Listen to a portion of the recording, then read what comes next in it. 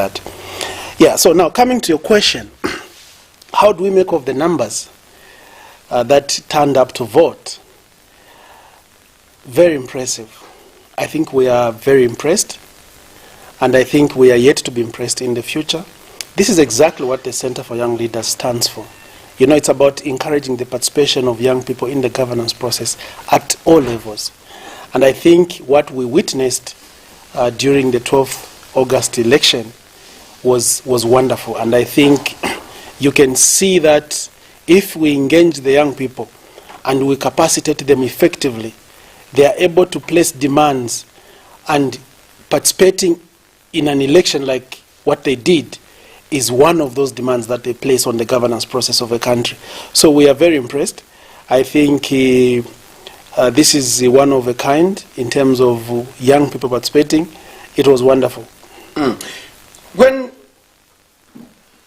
election results were being announced by the Electoral Commission of Zambia, yes, we saw the Secretary General of the PF going to Mulunga and asking the ECZ to stop announcing because the elections were not free and fair. Equally, we saw a letter from State House asking the ECZ to do the same because in Southern Province, Western and Northwestern, the PF said their members were abducted. And when the time came for counting the votes, they were not there to witness. They didn't have the G20s. How do you make of that? Well, that's ironical for a ruling party to literally come up like that, and statements flying all over from even the head of state himself. I think probably that shows you to the extent to which they were unprepared for the elections. Yes, we do regret the violence that happened in Solwezi, leading to the demise of our brother who has been put to rest today. May his soul rest in peace. I think we stand against that as CYLA. But then the generalities that came from the PF Secretary General in terms of violence in Northwestern Province, you're a journalist. CYLA had grassroots mobilizers in all the provinces where we were recording live incidences, and the grassroots mobilizers were able to record and send in through these incidences. CYLA is part of the early warning, early response system that is managed by the HRC under the auspices of the United Nations through the UNDP in Zambia. Now, what violence happened in Southern Province, I haven't heard. What violence happened in Western Province, I haven't heard. But we heard about the violence and we saw it that happened in Solwezi, which is very regrettable. But you see, Bembas would say, something like that, if I got that adage correctly. I think those are just antiques of losing. You know, sometimes when you are incurring a loss, it's very difficult to internalize, and it is so dynamic such that, look, you have to do certain things to make sure that your base is kept upbeat about what is going on. You can't just stand flat and say, okay, look, we've lost now, and things like that. And also it's an indictment on the ruling party themselves. Look, up to today, they are still in power. The president is still roaring. I mean, the HH is just president-elect. How so can it be that the ruling party can be complaining about violence when the ruling party is the one that is charged with the responsibility of managing the institutions of governance, like the police that are responsible for ensuring that there is law and order? Now, this goes to show what we were having actually conversations. Remember when we had that breakfast conversation here, and I did actually call out Mr. Kanganja, and I still insist. I think Mr. Kanganja is incompetent. He's failed to discharge his duties. You see, if he was a competent man, there is no way he was going to allow himself to be used, to allow his police officers to be intimidated by cadres, because Mr. Kanganja is a constitutional office holder, and the constitution gives him the power to be able to manage peace. But then you have the ruling party complaining that, look, our people have run away. What happened? You understand? There was violence. Jackson Kungo died. Where was the police? This is what we talk about. And we hope the new regime actually is going to be up to speed to allow these institutions to get them funded so that they have the desired quality to be able to provide that which the people desire. Elections are a means through which everybody has a chance to do what? To participate in the governance process by electing their desired leaders who will then determine the policy direction for a country. We cannot have a situation where people are coming to exercise their right to vote. Other people are planning to kill them and stuff like that. That is not correct. As CYLA and also as a leader, today, during the burial procession for the late Jackson Kungo, yes, President Edgar Lungu, the outgoing president, said what happened in Solwezi is un-Zambian, and he also went further to say members of the PF were asking him to petition. yes. But because of what happened in 2016, during that petition, he said, no, I'm not going to petition. What do you make of that? Look, I don't want us to dwell on what the outgoing president is really putting out there in the public. But first of all, this election was called by young people. I went to vote. I lead an organization where young people are engaged every day. I'll tell you that young people have been deprived of opportunities, and they face the highest exclusion mechanism that has ever been deployed in this country. I was on the queue at 03:30. I found young people that slept on the queue, and they had braziers. I can even show you the photos now.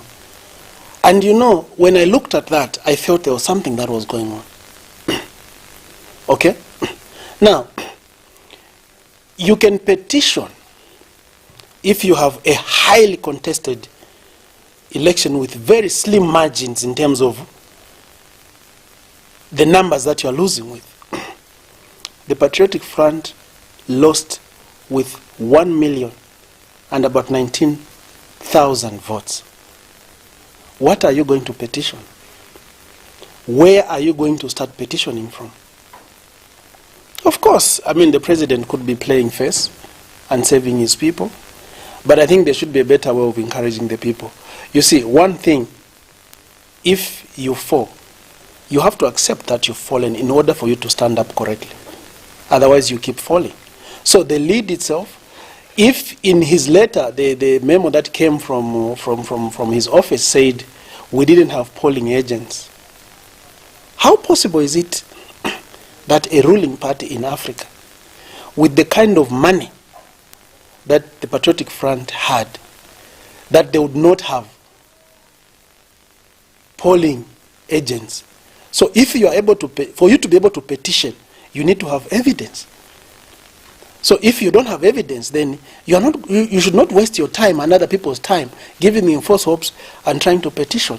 So there is nothing that they can petition. In 2016, remember in 2016 I was heavily involved in that election on behalf of the UPND. And if I'm to refresh your memory, you know, Priscilla Isaacs had actually accredited about 8 people into Mulunga. And one of those 8 people, I actually managed to uncover them. And that is the infamous Samuel Chavula, the people that they call his Ugandan and things like that. But then the UPND was losing with less than 100,000 votes, with that kind of machinery put in place. And therefore, with the evidence that was provided, it was within their rights to be able to petition. Because it was pointing to, I mean, I caught those people in Mulunga, and the gentleman had results and verified. You know, he was conniving with TRIZA, the legal counsel, who is still there. Even the video is there on Facebook today. If you Google in ECZ hacker, you will see it. And I was explaining, and everything else was on camera. You understand? And that gives you enough basis for you to do what? To be able to petition. But this particular one, how are they going to petition it from? Where are they going to petition it from? And he's right. You know, when he says petitioning it is going to create unnecessary tension. Yes, that is correct. Because you see, it's going to send a signal, like a false alarm, to certain supporters in the party that would believe that indeed if they petitioned, something could come up. But with a landslide loss of 1 million votes, you literally put those people that you are giving false hope at risk because they are going to be overrun. And it's not nice for the country. You are representing an organization that has got interest in grooming young people in becoming, good or better leaders. Yes. Zambians today are saying, today, even the president-elect and his government, as they will be forming government, they should know that the number one opposition that they have are the young people. Correct. What are some of the first steps that the president-elect and his administration should be able to address in terms of the challenges that young people are facing? Wow. Kelvin, thanks very much for that important question. So you see, what I have with me here, I don't know if the camera can pick this. It can. I think you can just show it to him. Yeah. This is the Zambia Youth Manifesto. Okay? When you open this document, it gives you the critical elements that the young people expect in this country. And President HH should actually be advised in no uncertain terms. This election has been a referendum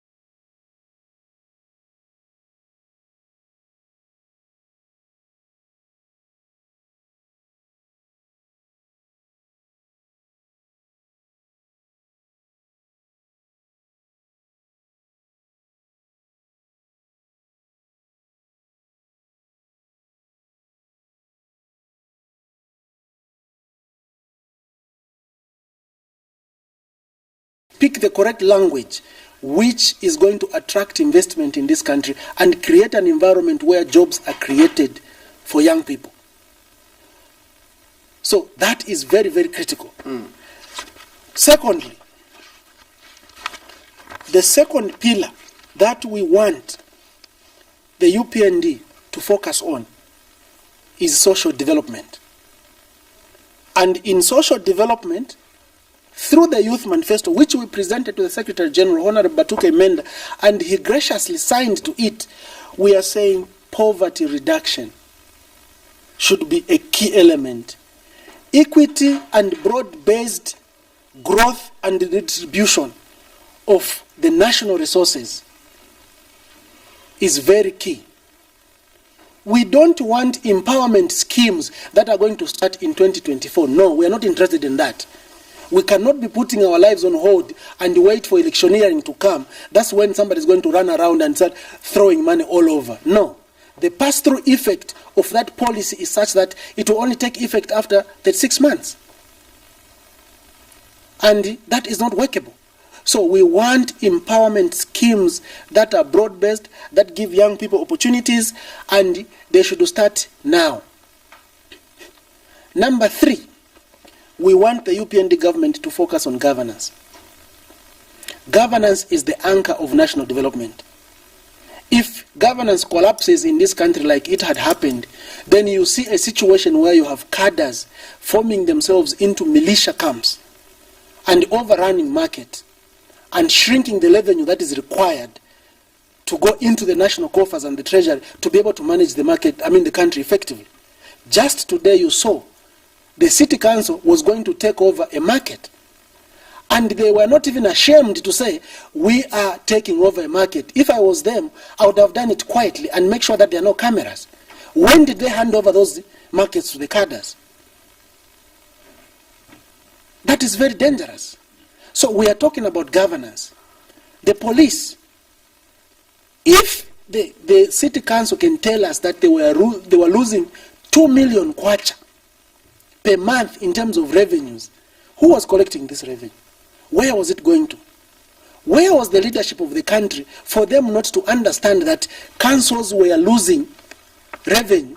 In the meantime, as we speak today, in this country, there are councils whose employees haven't been paid for 8 months. This kind of immorality is not good. And you see, it manifests itself in a situation where a leadership is able to lose elections with 1 million votes. Let's talk about the economy and the issue of job creation. That's one of the pillars that are contained in the Youth Manifesto.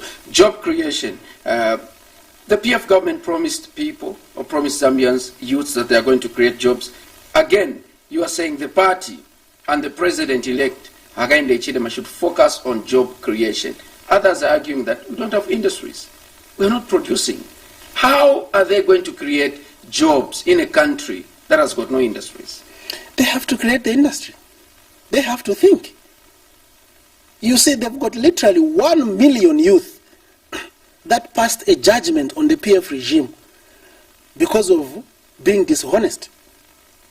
This country does not require mines, Kelvin. I come from Mumbo. Mulunga textiles is defunct. They turned it into a traditional ceremony where each year there is an election. They go there and they hold the traditional ceremony, and the people come and ululate and they dance. We want the new leadership to revamp that particular industry. When the government pumps money into that industry, you know what is going to happen?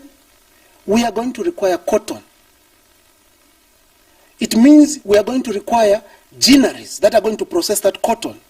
It means we are going to require farmers that are going to produce that cotton. It means we are going to employ young people that are going to work in these cotton fields to produce the cotton. We are going to deal with agrochemical dealers that are going to supply chemicals into those cotton fields. And at every tier, you are going to be creating employment. That is what we expect them to do. You've also talked about poverty reduction. That's also one of the pillars in the Youth Manifesto. The PF government, even as they are exiting power, they will still point back or look back and point at the social cash transfer to say, indeed, in trying to reduce poverty levels in this country, we were giving out money to the aged, for households that were being run by children. How much money were they giving out? 180 kwacha?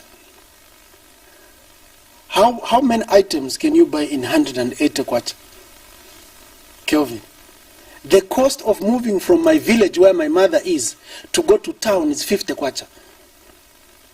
And as a 65-year-old woman, she's going to go to town in Mumbwa, collect that 180 kwacha, and already the net effect of her movement is going to be 50 kwacha less.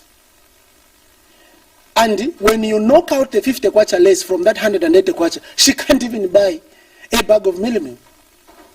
Yes, we appreciate the social cash transfer is there, but that's not the way we develop a nation. That's not the way we create employment. We are talking about the production side of the economy, the one that creates jobs, where young people are employed in the farms, where young people employ themselves and they employ other young people, where young people can go and run chicken runs and export chickens in Congo, where young people are going to talk about production of goats to export into Dubai. That is the real stuff that we're talking about. The social cash transfer is funded by the donors. Emerin Kabanch, I think, is in prison now, if I'm not mistaken, or she's appealed. On account of what? Pilfering the same social cash transfer where the donors are contributing 75% and the government is contributing 15%, and it is failing to contribute its own 15%. That is not job creation, and that is not wealth creation. Can we talk about the government creating a good governance environment where money that is released to the Ministry of Youth and Sport that is meant for young people is not given to cadres from the UPND alone that have never managed a business before? You understand? And then later on, that money is stolen by the same senior politicians at the detriment of the young people. So this is serious, Kelvin. The president-elect and his party during campaign said they are going to increase the number, the amount of money being given through social cash transfer. So meaning they are going to continue on the same path. But they have to create jobs, because if they're just going to do rhetoric and talk about increasing the social cash transfer, they'll fall in the same trap. Look, for an economy to improve, you have to produce. You have to have the correct environment. You have to have the correct policy framework. You can't be jumping ship. Today you are nationalizing this mine, tomorrow you are grabbing from this one, the other day you are arresting, you are deporting the chief executive officer, and you think you are going to create employment. It doesn't work like that. You are not even going to have that money for the social cash transfer that you're talking about. So we expect, that's why in the Youth Manifesto, which we are calling Nothing for Young People Without the Young People Themselves, the number one issue is the correct management of this economy. This economy, as we speak today, has got a debt overhang of $17.78 billion. This debt overhang alone is taking up 40% of the entire revenue that the government of the Republic of Zambia is collecting from its citizens. And 40% of that revenue is pushed to government salaries, leaving only something like 7%, which is supposed to go to the social, to the social welfare of the citizens. And that is not the way you develop a country. So we expect the new regime to have correct conversations. We expect them to tell us exactly how much do we owe, so that we know. We don't want the gymnastics that the PF did. The IMF is telling us that 3 billion, the African Development Bank is telling us 27 billion, the Bank of Zambia is telling us no, it's 9 million. No, that is not correct.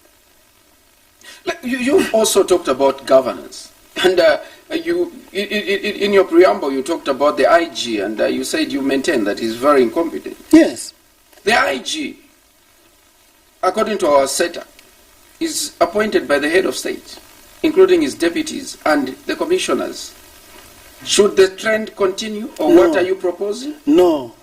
You see, we want serious constitutional reforms, Kelvin, in this country. We want serious constitutional reforms. Kelvin, I'll tell you that the system is so rigged against the young people, such that even the committee, the youth committee in parliament, Kelvin, the young people are being told, no, you sit here, you don't have experience. Can you allow this 76-year-old man to come and be the chairperson for a youth committee? How the hell can we run a country like this? And we are glad that the UPND, through its manifesto, they have committed to serious constitutional regime review. And we are going to hold them to account for this.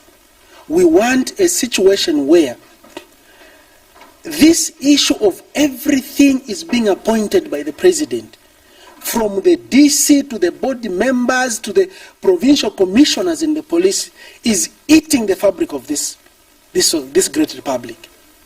And we hope that the UPND is going to be magnanimous enough and live up to its promises and ensure that we run a citizen-driven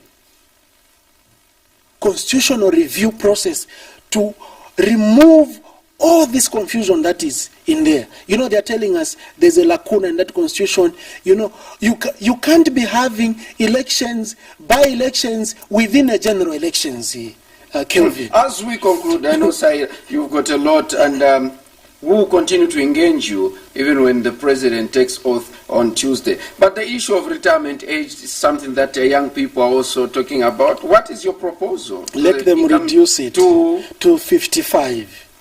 When somebody's at 55, you see there's some scientific calculation that goes into that number. The longevity of your mind to be able to elasticate and give you enough impetus to work is heavily impaired when you are above 55. And these are the same madalas that are giving us a lot of problems in these institutions because they are tired. You cannot go and start bringing people that are tired, they've retired, and then you keep recalling them to come and do what? You feel the young people have... let them, you know, President HH, actually, he should be able to reverse that particular issue on the first day that he should be sworn in. So that space is created. You know, on the top there, when people reach 55, we retire them, they go and eat their money. You understand? Then we increase. We've got 60,000 teachers here that are not employed in this country. 40,000 nurses. Okay? Why should we keep returning the headmaster who's 62 years old and keep dragging him back to come and lead Is it not because of experience? School? What experience, Kelvin? To run schools. Experience is end. Run schools. He has been they should give it to the young people. Look, even them, they were young people before somebody gave them experience. So there should be deliberate mechanisms. And I mean, the young people are not coming at the level of headmaster, you understand? But they have to create room at the top, where if we have 1,000 people that are retiring every year, then automatically we know that we have 1,000 people that are going to do what? To enter the system. That is job creation enough, at least. You understand? So for us, I think we are demanding that that particular age limit should be reduced from 65 to 55 and allow our mothers and our grandfathers that have reached 55 to go home and rest and eat their pension. The government should be able to pay people money on the last day of the job.